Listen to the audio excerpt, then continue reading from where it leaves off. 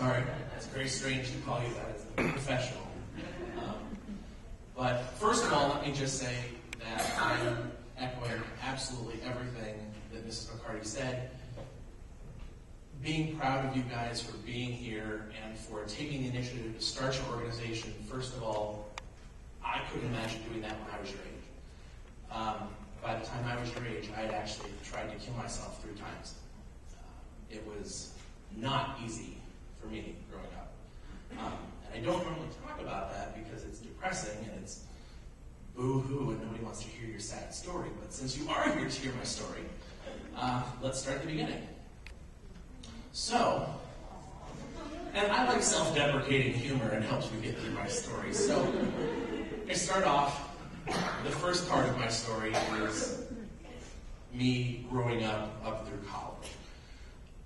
I can't say that I had a bad childhood. I can't say that my parents were mean. I can't say that they didn't give me everything that I ever needed. I can't say that they said horrible things to me. I can't say that my brother and sister beat on me all the time, which they do now, but they didn't. I had a great childhood. I never went without anything. I never had a want. I never knew hunger or, well, I didn't get anything that wasn't on sale, but whatever, it is what it is. I had a great childhood. I had birthday parties. I had all the cool stuff that kids had. Granted, they dressed me in Steelers stuff. Sorry about that. Like that. But I always knew from the time I was little that something was very different about me. And somebody will tell you, oh, I didn't know I was gay until I was in my 30s, or I knew I was gay when I was a kid. Everybody is different. And I knew when I was a kid. I knew probably when I was 5. I was on the school bus, and I went to PM kindergarten. And there was a boy in AM kindergarten. And I didn't know him. I didn't know his name. I didn't know anything about him. But I knew I wanted to sit next to him. And I didn't know why. I was just like, I want to sit there. But I didn't, because that was weird. I didn't know why, and I didn't even know it. So I didn't, but I knew something was funny. And of course, later on in my life, I was like, oh, that was it. But I always knew. And I think I figured it out when I was about 10. And I knew something was up. And I just didn't fit in. And I grew up a very privileged suburban lifestyle. Son of a doctor, with high expectations. So sticking out or being different was not an option. I did everything I possibly could to fit in. If you were wearing pegged pants, I pegged my pants tighter than you could peg yours. If you were wearing acid wash, mine were double acid wash. I wasn't going to look any different than anybody else. And I did everything I could. See, pegged pants, fantastic. Nobody does that anymore, but we were cool, I'm just saying. But I always sort of felt like this boy, and I still feel like this boy a lot, sort of looking off into the space, wondering what's going on, acting like I'm part of the scene, but still not quite being all there. And I think that's still sort of how I comport myself. I may put on a good show, I may act like I know what's going on, I may talk like I know what's going on, but I don't always feel like I do. Now, Monica made mention, Mrs. McCarty, made mention of it in her introduction, that I was outed at 13. Kids, and Jimmy's going to talk about this later, kids try things, and I tried things, and somebody I tried something with said something to someone, and you know what it's like being in high school, whoosh, took over. And by the end of the day, I was that faggot. And that was it. From then on, I would get pushed, I would get beaten. And it didn't help that I was fat and I had a perm, okay? It did not help. And not only that, but I was also in ROTC. Huge nerdy thing to do. I did it for my dad's attention. I thought it would make us closer. It didn't. My son, or my brother, was the son that he wanted. So always on the outside, but I tried so hard. But since I couldn't be different, I didn't have the option of sharing that information with anybody, I just kept it to myself. I came home and I cannot tell you how many days I cried for hours and hours because I didn't have anybody to talk to, and I didn't have anybody that would understand, and I didn't have the support that you guys have, which I am so excited that you have nowadays. This is amazing to me. It's fantastic. No wonder Mrs. McCarty's excited, because you guys can talk about your feelings and people get you. And it's so weird to feel alone. Nobody gets you. And it was probably about 3 or 4 months after I was outed that I tried to kill myself the first time. And my dad, being a doctor, pills everywhere, house full of pills. And I took everything I could get my hands on. Everything. Just one night, just took everything. And I don't know what I took, but it just made me really sick. So I said, okay. I woke up the next morning, sick as a dog. And I said, well, I guess I just didn't do it enough. So I saved up more, and a couple months later, I was taking samples and samples and samples. Every day, still coming home, crying my eyes out. And I tried it again, and I still didn't do it. And I said, I'm doing something wrong. I can't even succeed at dying. Okay, so something's wrong. Something's really wrong. So I actually cut my wrist, and the minute I did it and got deep enough to where it was bleeding a lot, and I panicked. I grabbed every towel I could find, and I had like 4 or 5 soaked, bloody towels in my bedroom that I was like, maybe I don't want to die. Maybe this is not what I want. Maybe my mom's going to find me in the morning, and I can't imagine the look on her face and what she's going to go through. So I hid those towels, and I took them, threw them out, and I left the house and stuff like that. So I said, you know what, from here on out, I'm just going to do everything I can to get through these next couple of years. So I buried myself in my studies. I took every elective I possibly could that was academic. I studied Spanish and French and German and took more ROTC and more sciences and everything else to not have to deal with the social aspect of my life. So I wouldn't have to put myself out there. My close friends knew, actually that's my best friend, and we're still best friends 20 years on. Turns out he's gay too. Who saw that coming? And these two guys, yeah, all gay. So we find each other. But I did everything I possibly could to get through high school as quickly and as painlessly as possible. And even though I would get notes from friends that would say these wonderful things like, you are a wonderful person, you're one of my favorite people, I love you, you're so sweet. It didn't matter how many times I heard that, I still did not feel 100%. And I wish that I could have known how good things were going to be when I got bigger. Well, bigger. So I got to college. The minute I got to college, hey, Monica. And there she is again. Isn't she pretty? The minute I got to college, my parents dropped me off. I waved goodbye and I yelled at the car. I said, I'm gay. Because I was just so excited to be on my own and do my own thing and find my own way. I could not have been happier.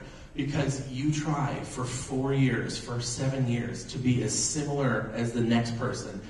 And then all of a sudden, one day you wake up and it is the worst thing in the world and you cannot wait to be different. You cannot wait to show them how different you are. You cannot wait to show them how interesting that makes you. Okay? Like I said on Facebook, it's the differences that you try to hide when you're a kid that make you special and make people love you as an adult. Okay? And I started to tell myself what a good person I was, and what fun I was, and how interesting I was. And I mean, I don't know how many colors my hair was. Anybody? I mean, numbers of colors. I did numbers of different things. And one of the things that I did to try to fit in and enjoy my social life that I didn't have when I was a kid was join a fraternity. Well, even at American University, where it was so gay, I mean, incredibly gay, I mean, just gay people busting out of the walls. Not everybody, but a lot of us. They still weren't ready for gay members of fraternities. And I rushed 5 different times 3 different fraternities, 5 different times. Okay? Didn't get in. And I was told a few times by brothers in closed sessions, you were denied because you are openly gay.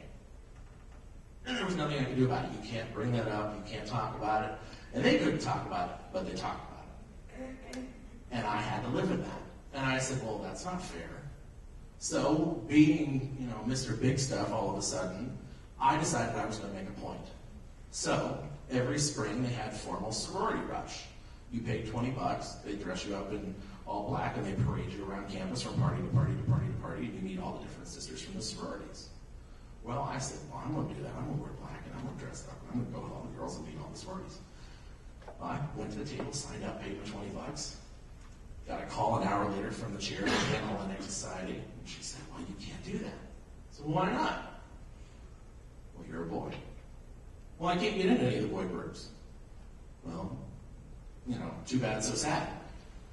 So I said, all right, well, I'll take my $20 back.